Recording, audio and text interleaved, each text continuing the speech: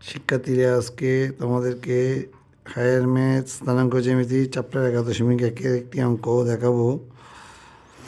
-3 7 ও 7 বিন্দু সময়ের মধ্যবর্তী দূরত্ব নির্ণয় সূত্র। তার দূরত্ব নির্ণয় সূত্রটা তোমরা জানো,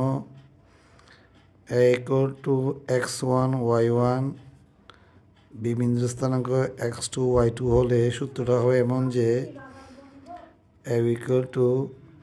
x1 - x2 বুজদ্বয়ের অন্তরের বর্গ যোগ কুড়িদ্বয়ের অন্তরের বর্গ উপর √।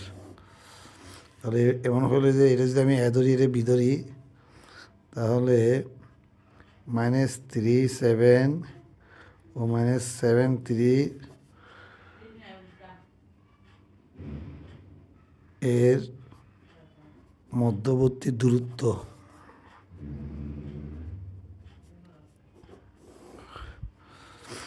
এটা x1, এটা x2, এটা y1, এটা y2।